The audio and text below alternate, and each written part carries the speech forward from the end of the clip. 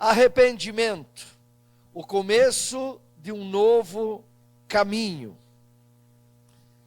E eu quero ler para vocês uma história de uma cidade que recebeu um decreto de destruição.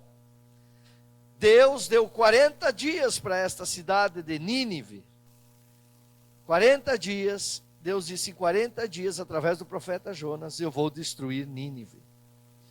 E o arrependimento, ele é um começo do novo caminho.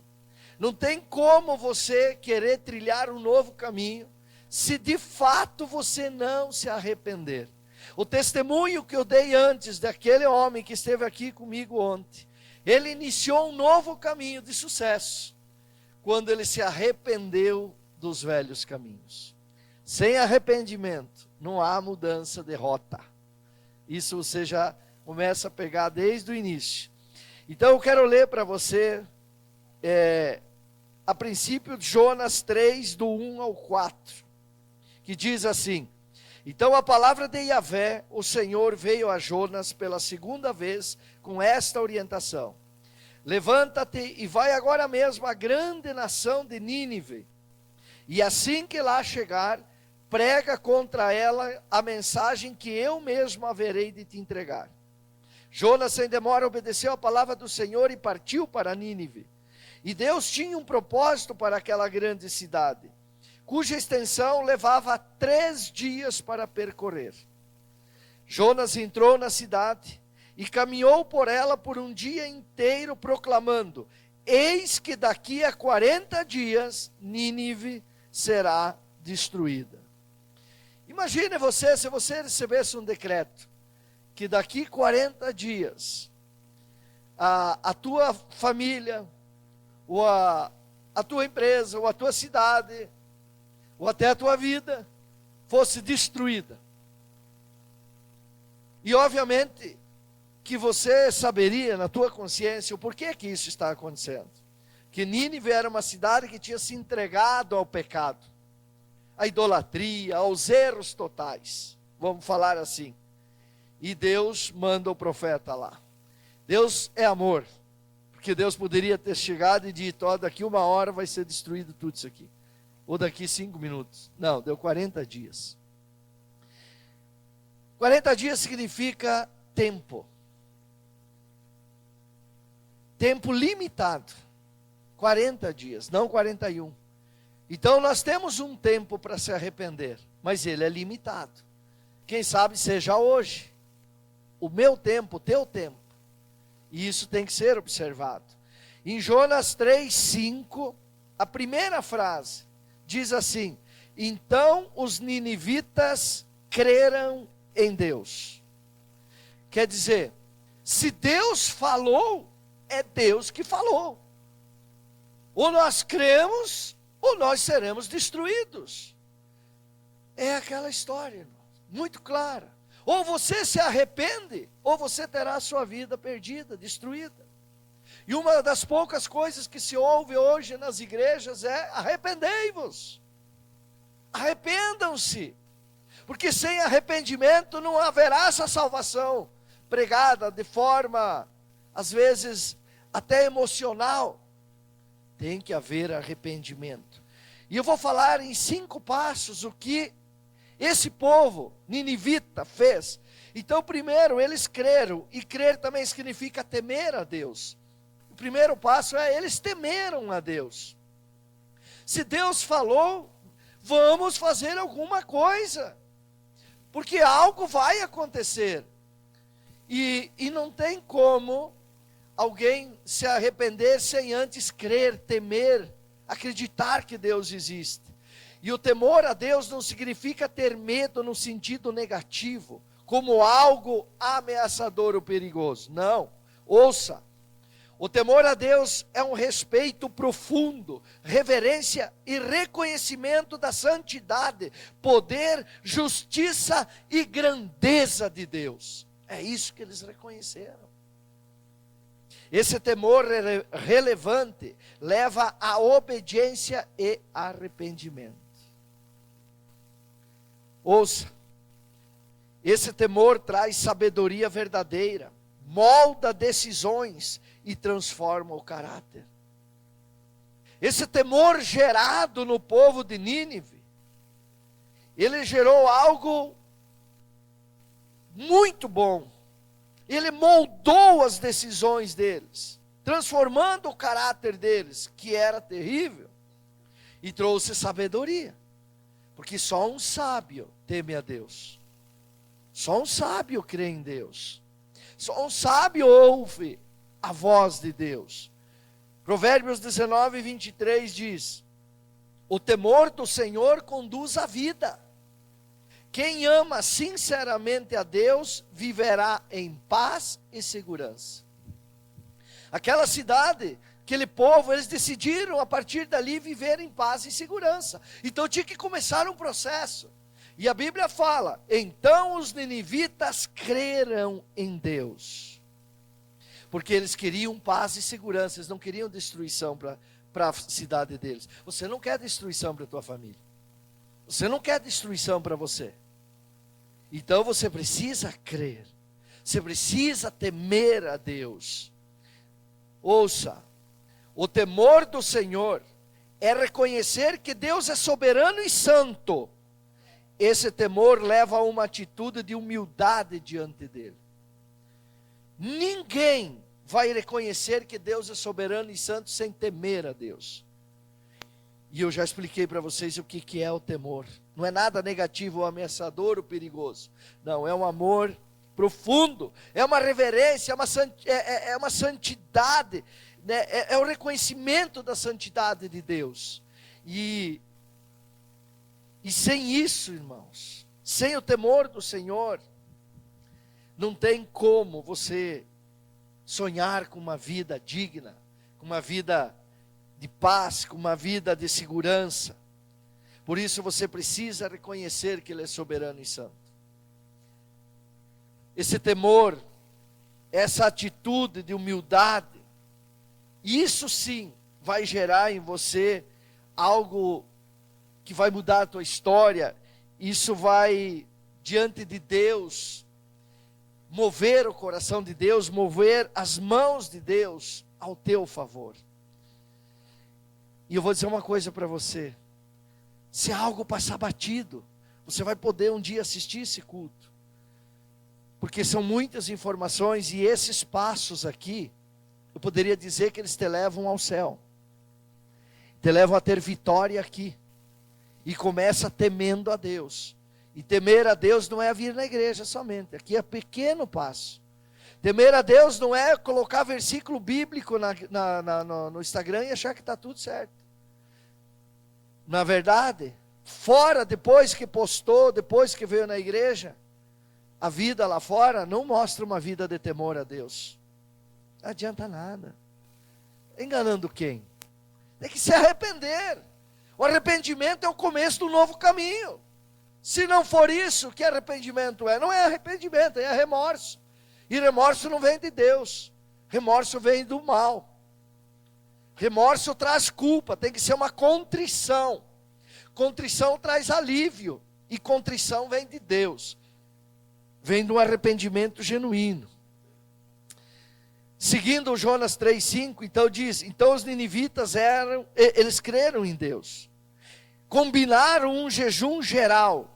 E todo o povo, dos mais importantes e ricos, aos mais simples e pobres, se vestiram com uma roupa feita de pano grosseiro, a fim de demonstrar publicamente que reconheciam seus pecados e estavam arrependidos. Depois, primeiramente, você teme a Deus, você crê em Deus. O segundo passo, então, é reconhecer os seus pecados.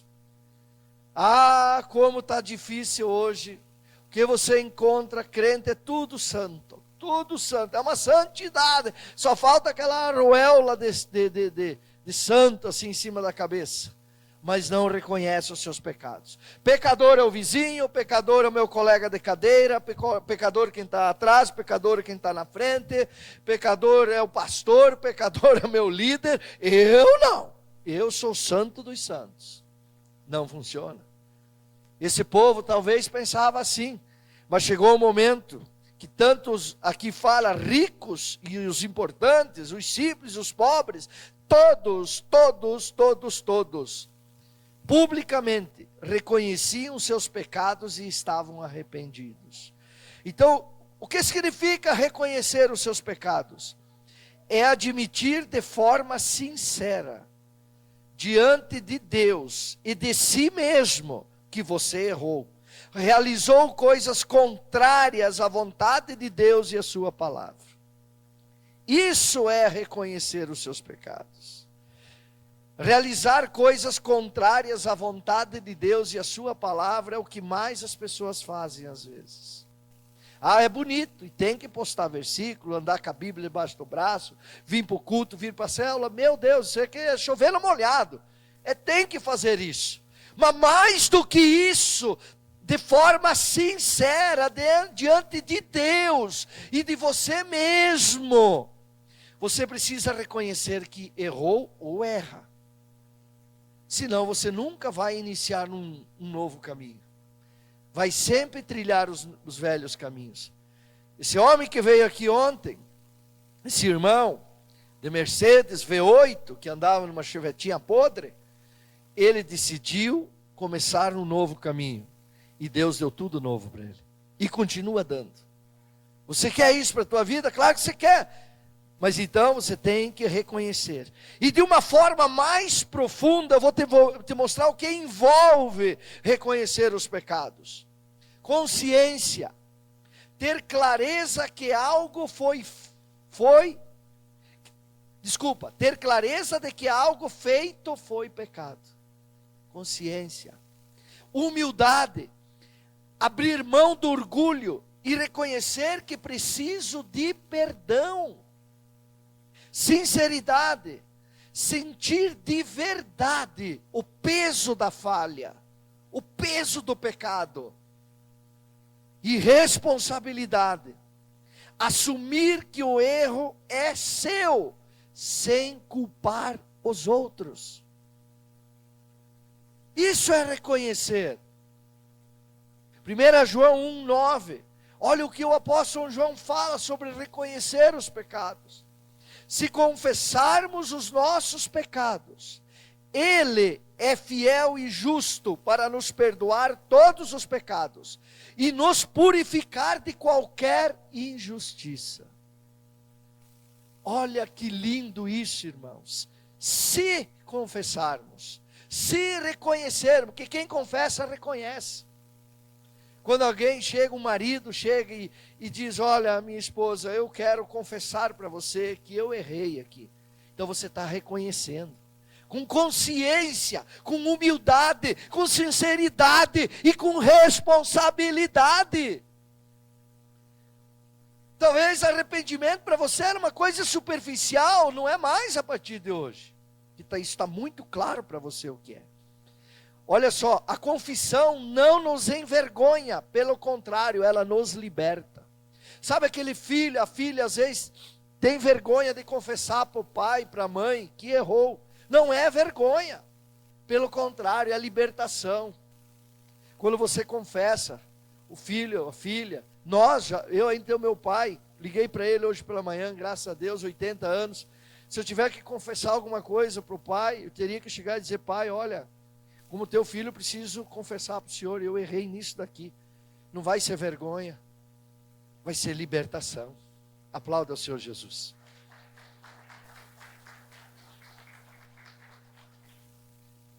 Ainda comentando Jonas 3,5, quando diz, se vestiram com uma roupa feita de pano grosseiro, a fim de demonstrar publicamente que reconheciam seus pecados. Já falei para vocês esse passo. E estavam arrependidos. Aí eu entro no terceiro passo. Se arrepender perante Deus. Está gravando? Temer a Deus. Reconhecer os seus pecados. E se arrepender perante Deus. É 3 passos que eu estou seguindo. O que o povo ninivita fez. E vocês vão ver o resultado. O arrependimento é a chave que nos aproxima de Deus. É a porta de entrada para a vida cristã. Ei, Arrependimento é a porta de entrada para a vida cristã. Eu sou cristão. Mas cristão do quê? Se não se arrepende. Está dentro da igreja, está na cela, Bíblia embaixo do braço, stories, bonito, não sei o quê, mas no velho caminho? Não é um cristão. É alguém simpatizante com o cristianismo. Eu acho que eu estou certo nessa colocação. Mas aqui não tem ninguém assim. Deus está pregando para que ninguém caia nisso. Atos dos Apóstolos 3,19. Pedro diz àquela multidão: arrependei-vos, portanto, e convertei-vos, para que assim sejam apagados os vossos pecados. E naquele dia, mais de 3.000 almas se arrependeram e entregaram sua vida para Jesus. Arrependei-vos! Sem arrependimento você não vai conhecer a Deus. Sem arrependimento você não vai conhecer a graça, a misericórdia, a profundidade de Deus. Você não vai conhecer a prosperidade de Deus sobre a sua vida sem arrependimento. Talvez você diga: pastor, mas eu sou abençoado. Você é abençoado dentro do teu conceito. Talvez você recebeu uns respingos de bênção.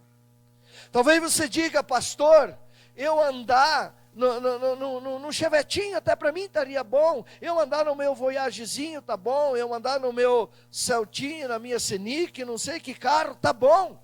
Eu sou abençoado. Claro que é uma bênção. Você não está andando a pé, você tem alguma coisa. Mas Deus talvez queira te dar uma Mercedes V8.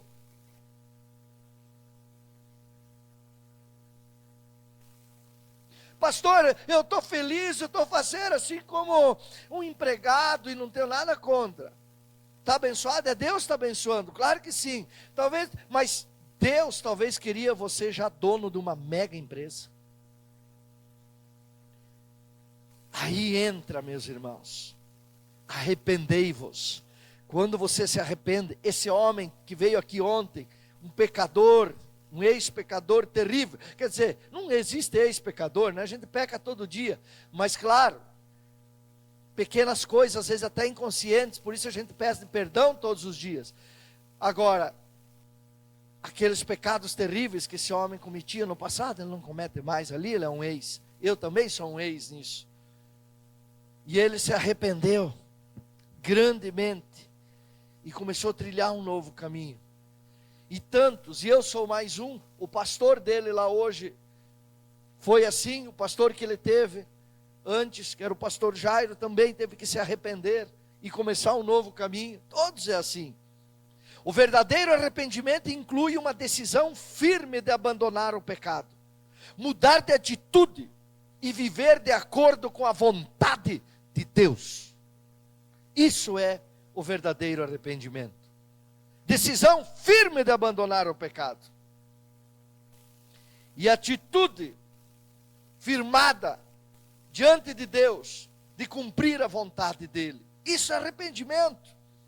Olha, exemplos marcantes da Bíblia. Davi se arrependeu.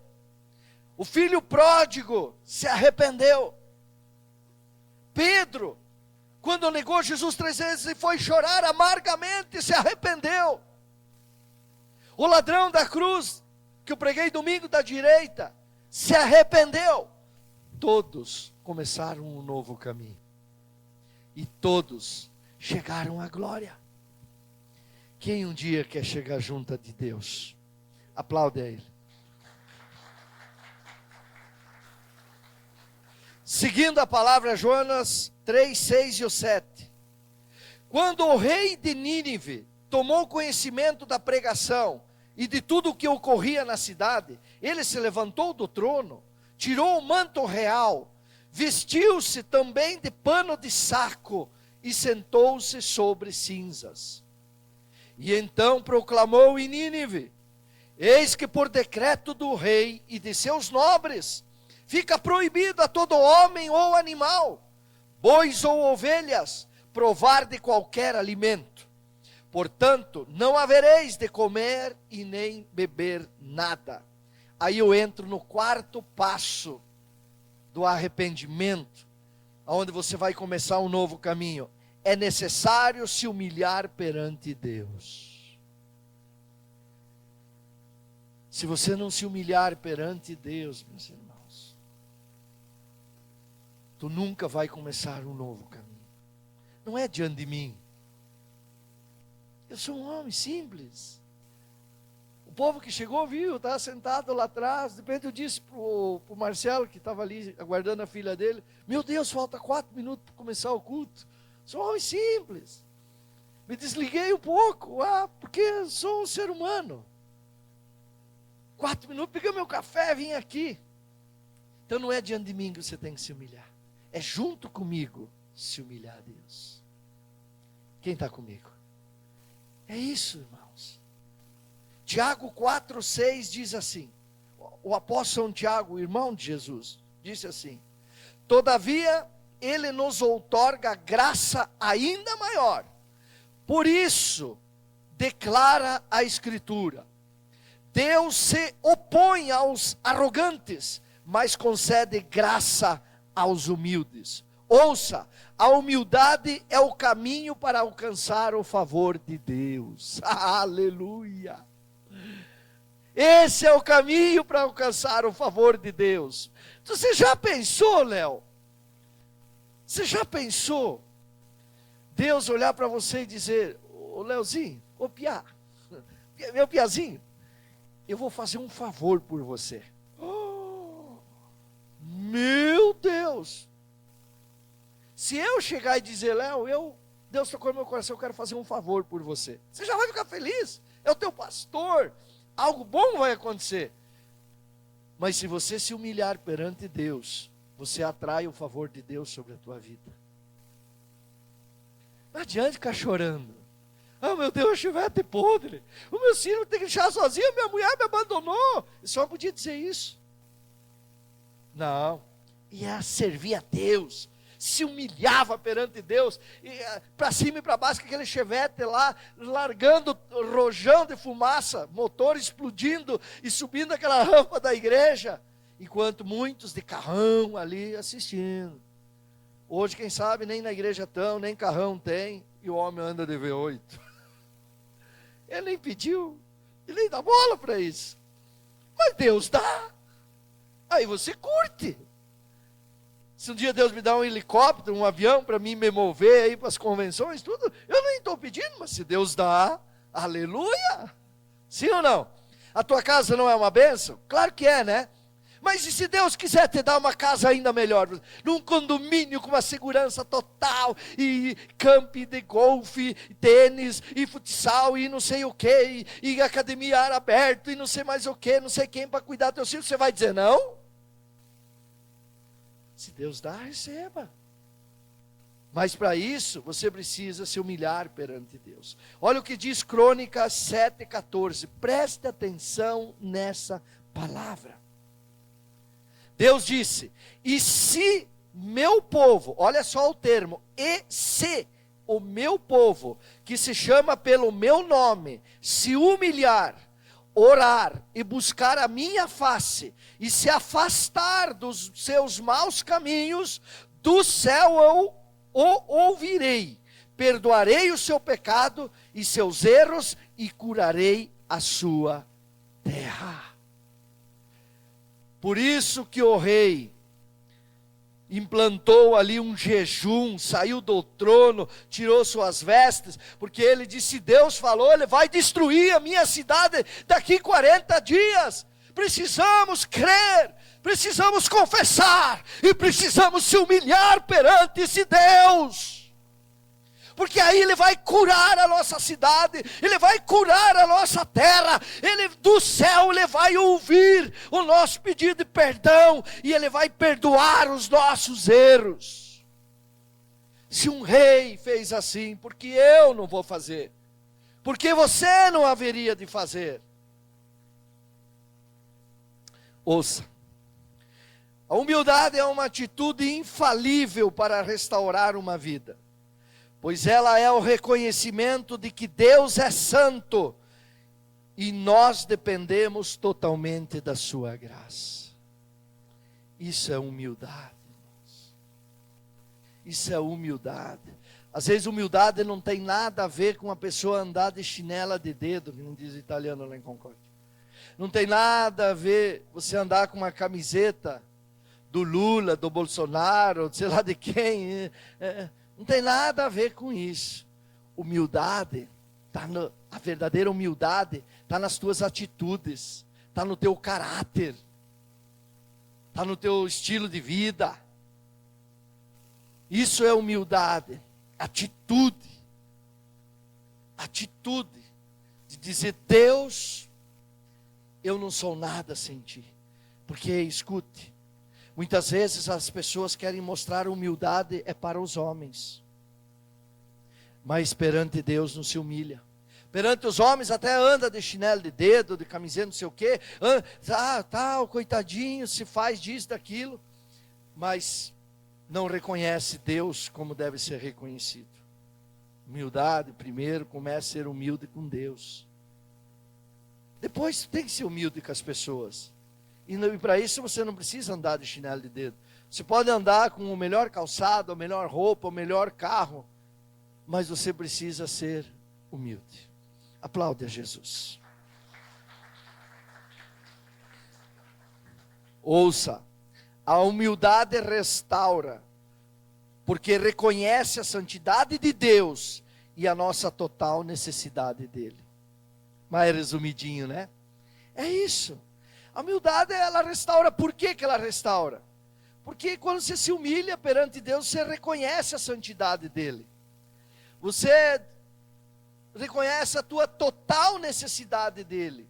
Isso é humilhar-se perante Deus. É saber que tu não tem nada, tu não é nada, tu não será nada e tu não terá nada se não vier das mãos santas dele.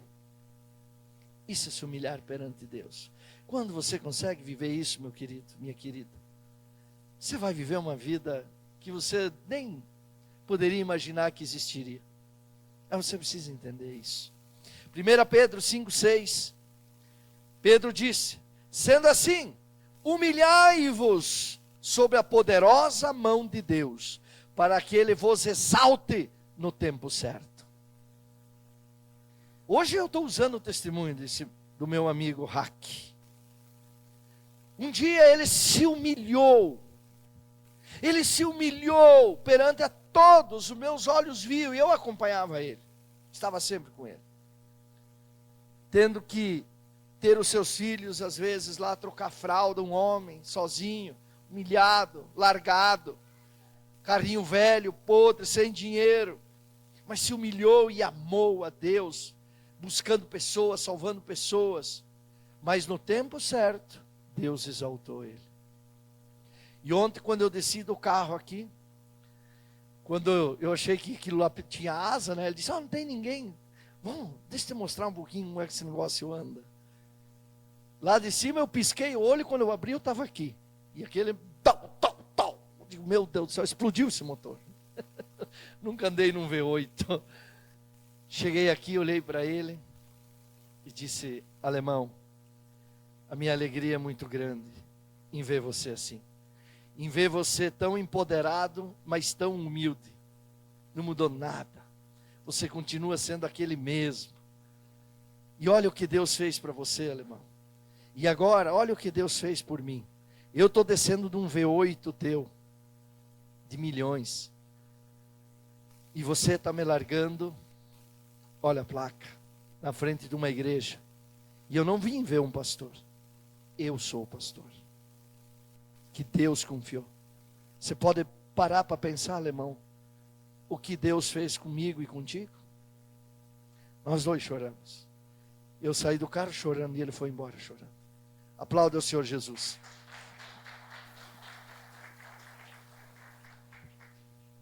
Ouça, o rei demonstrou humildade saindo do trono. Ele teve a consciência que há um rei maior, Deus. Quando a Bíblia diz, e o rei saiu do trono, assim você tem que sair do trono.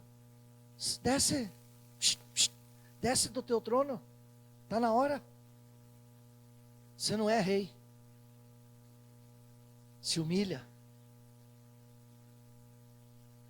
É um rei superior, que é Deus. Desce do trono. Se humilha. Chegou a hora. Não é perante mim, perante Ele. Esse rei teve a consciência: eu preciso salvar a minha cidade. Eu não sou nada. Que rei eu sou? Que é rei nada. Rei é Ele. Deus é Ele. Soberano. Desceu do trono. Tirando suas vestes reais e cobrindo-se com pano de saco. Sabe o que ele fez ali? Ele renuncia ao orgulho e à autoridade humana. Precisamos renunciar ao nosso orgulho, a nossa autoridade humana. Eu sou pastor, mas não é para dar paulada em você. Você não vem para a igreja, você já apanha lá fora, de tudo quanto é jeito. Você não vem dentro da igreja para apanhar, para tomar bordoada de pastor. Isso é só uma autoridade humana, eu me desfaço disso. Nós temos que, como esse rei, renunciar ao orgulho. Renunciar, ele se chega, vestes reais, eu vou tirar essas vestes. Eu vou arrancar isso aqui. O rei diz: chega, não quero mais. Chega. Obrigado, irmão. Ele tirou as vestes reais e se tornou uma pessoa como qualquer, humilde, para que Deus agisse, para que Deus salvasse a cidade dele. Talvez para Deus salvar a tua família, salvar teu emprego, salvar a tua empresa, salvar tuas finanças. Talvez tenha que descer do trono, parar, deixar o orgulho de lado, autoridade, deixar a autoridade de Deus agir. Sentou sobre cinzas. Sabe que conclusão ele chegou? Deus falou ao meu coração. Esse rei pensou: sou pó e cinza diante de ti, Senhor. Ali em Jonas 3,6. Quem sou eu para ficar sentado no trono com vestes? Eu sou pó e sou cinza diante de ti. Eu quero me misturar com as cinzas, meu Deus. Eu não sou nada. Salve a mim, salve a minha cidade. O Senhor falou que de 40 dias vai destruir tudo. Não, eu não sou mais rei. Está aqui, é o Senhor. Minhas vestes reais, não. Orgulho, chega. Eu sou pó, nada mais do que o pó. Talvez nós temos que, nós não vamos procurar cinza e pó. Talvez nós vamos dobrar nossos joelhos e dizer: Senhor, eis-me aqui. Eu não sou nada sem ti. Sem ti, na verdade, eu sou menos do que o pó. Se você entende isso, aplaude a Jesus. Seguindo Jonas 3, do 8 ao 10, que é o final, o rei continua dizendo: cobri vós de vestes de arrependimento e lamento, tanto as pessoas como os animais, e todos os cidadãos orem a Deus com todas as suas forças. Cada pessoa abandone seu mau caminho e toda atitude violenta. Talvez Deus volte sua face para nós, se arrependa e acalme o furor da sua ira, de modo que não sejamos destruídos. Versículo 10. Deus observou tudo quanto fizeram, como se converteram do seu mau caminho e abandonaram a violência, e atendeu às orações do povo. Voltou atrás e não destruiu a cidade como havia ameaçado. Quinto passo e último: um novo caminho. Um novo caminho se abre quando decidimos abandonar os velhos caminhos que nos afastavam de Deus. São as oportunidades. Você tem a oportunidade de abandonar o teu velho caminho, abandone. Você tem a oportunidade de abandonar o teu vício do trago, abandone. Teu vício do cigarro, abandone. O teu vício da prostituição, abandone. O vício da mentira, abandone. O vício do roubo, abandone. O vício da violência, abandone. Para começar um novo caminho, há necessidade de se converter.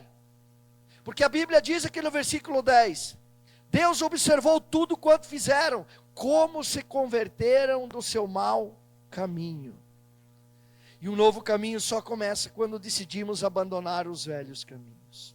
Se você não abandonar teus velhos caminhos, irmãos, como eu falei, vim na igreja, biblinha debaixo do braço, historinhos com Bíblia, está tudo certo. Mas continuar no velho caminho não vai adiantar nada. Não vai adiantar nada. Se eles não se convertessem dos seus maus caminhos, Deus teria destruído Nínive. Quantas famílias que não Deus, famílias que se afastaram Deus e ficaram na unha do inimigo. Quantas famílias já foram destruídas por não crer em Deus, por não confessar os pecados, por não se arrepender dos pecados, por não se humilhar perante Deus, por não se converter dos seus maus caminhos. 5 passos. Tiveram a família totalmente destruída. Quem se afasta de Deus estará exposto às trevas.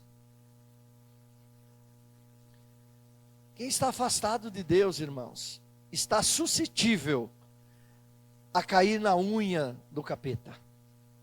E aí é dureza. Aí é final de linha. Não tem mais para onde prosseguir. Não adianta a pessoa, olha, coisa mais triste que existe é quando uma pessoa chega para mim com um argumento: olha, pastor, eu até sou dizimista na igreja, eu oferto, eu não sei o quê, mas acontece tal coisa na minha vida, querendo dizer que a igreja não funciona, que o pastor não funciona, que Deus não funciona. É tudo isso, mas nunca se converteu dos seus maus caminhos. Se você não decorou esses 5 passos que eu preguei aqui, eu não vou te culpar por isso, mas deveria decorar. É 5 passos para salvar tudo na tua vida e para gerações futuras. 5 passos para salvar tudo. Ouça, afastar-se de Deus é abrir espaço para o domínio do mal. As pessoas abrem espaço para o mal agir e depois têm coragem de pedir aonde está Deus.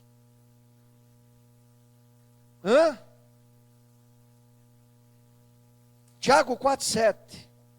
Tiago é considerado o livro de Provérbios, a sabedoria do Novo Testamento. Tiago diz assim: portanto, sujeitai-vos a Deus, resisti ao diabo, e ele fugirá de vós. Versículo 8. Achegai-vos a Deus, e ele acolherá a todos vós. Foi o que esse rei levou toda aquela cidade a fazer. Ele disse: cidadãos, orem a Deus com todas as suas forças, e cada pessoa abandone seu mau caminho e a toda atitude violenta. E eu faço da palavra dos reis de Nínive as minhas palavras nesta manhã. Orem a Deus, orem com todas as suas forças, abandone seus maus caminhos e toda e qualquer atitude violenta, porque assim vai levar Deus a se arrepender, a acalmar o seu furor da sua ira, de modo que você não seja destruído. Você pode aplaudir a Jesus? Eu quero concluir. Ouça, o novo de Deus só começa quando deixamos para trás os caminhos antigos que não conduzem à vida. Exemplo: vícios, prostituição, mentira, engano, falta de vontade de trabalhar, querer ganhar dinheiro fácil, enganando. Não. O novo de Deus só vai começar quando tu deixar para trás os velhos caminhos, os caminhos da perdição. Sem isso, você nunca vai conhecer o novo de Deus. Olha o que diz Isaías 55:7. Presta atenção no que o profeta nos declara, ungido por Deus. Abandone o ímpio o seu caminho, e o homem mau as suas maquinações, e volte para Yahvé, pois ele terá misericórdia dele. Retornai ao nosso Deus, pois ele dá de bom grado o seu perdão. Foi o que aconteceu no versículo 3:10. Deus observou tudo o que fizeram. como se converteram do seu mau caminho e abandonaram a violência. E atendeu às orações do povo, voltou atrás e não destruiu a cidade como havia ameaçado. Por quê? Porque eles retornaram a Deus e receberam o perdão. Retorne a Deus e você vai receber o perdão dele. 2 Coríntios 5,17. Portanto, se alguém está em Cristo, é nova criação. As coisas antigas já passaram, eis que tudo se fez novo. Se alguém está em Cristo, estar em Cristo, irmãos, é temer a Deus, é confessar os seus pecados, é se arrepender perante Deus, é se humilhar perante Deus e se converter dos maus caminhos. Aí você vai estar em Cristo. Ouça, o arrependimento te conduz a um novo caminho e te leva a receber o perdão de Deus. Prova disso que a cidade de Nínive se arrependeu, buscou um novo caminho, e a Bíblia diz: Deus voltou atrás e não destruiu a cidade como havia ameaçado. Talvez a tua vida estava fadada, decretada a ser destruída pelo inimigo. Tua vida, tua família, tuas finanças, teus sonhos. Mas, se você se arrepender, isso vai te conduzir para um novo caminho. Um começo de um caminho novo. E vai te levar a receber o perdão de Deus. Meu Deus. Hoje, Deus te dá a oportunidade de abandonar os caminhos antigos e iniciar com Ele um novo começo. Quem quer iniciar um novo começo? Aplaude ao Senhor Jesus, bem forte, bem bonito.